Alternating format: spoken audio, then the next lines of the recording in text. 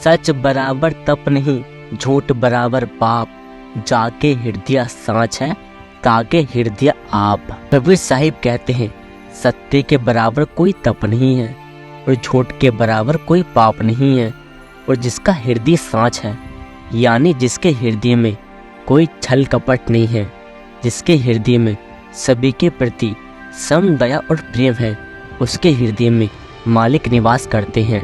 आगे कभी समझाते हुए कहते हैं, ये वचन सार रूप में रूहानी सत्य की खोज के उस तरीके या साधन की बात करते हैं जिसका उपदेश हमें सतगुरु देते हैं। गुरु का मतलब है साधन यानी तरीका, और जो हमें परमात्मा से मिलाप का तरीका बताता है वह गुरु है। सतगुरु के बिना हमारी हालत बिना पतवर के नाव जैसी है। हम अज्ञानता और अंधकार में जी रहे हैं, मन के 5 घातक विकारों के शिकार हैं, माया के बंधन में बुरी तरह से जकड़े हुए हैं, जन्म मरण के चक्कर में फंसे हुए हैं और इन सांसारिक बंधनों से मुक्त होने में असमर्थ है। उस कुल मालिक के साथ एक रूप होने की ताकत हम में नहीं है, क्योंकि सतगुरु के बिना हम परमात्मा से मिलाप नहीं कर सकते।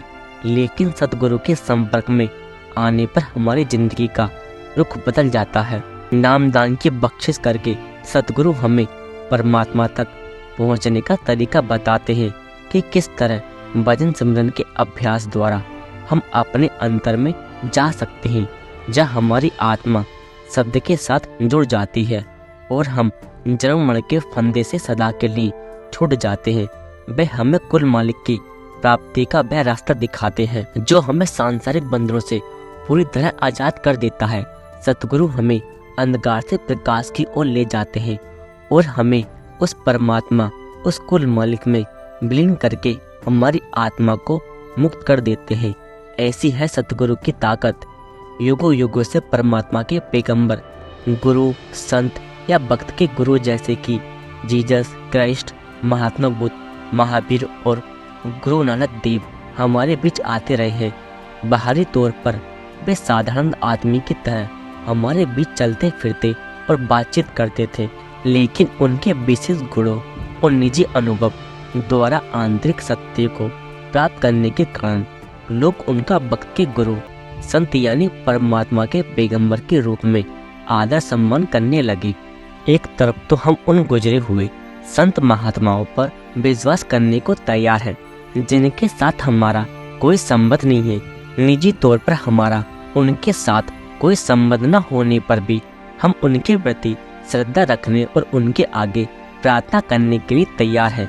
लेकिन इसी धारणा के आधार पर हम मौजूदा सद्गुरु की संगति का खुद अनुभव करके उन पर विश्वास करने को तैयार नहीं है।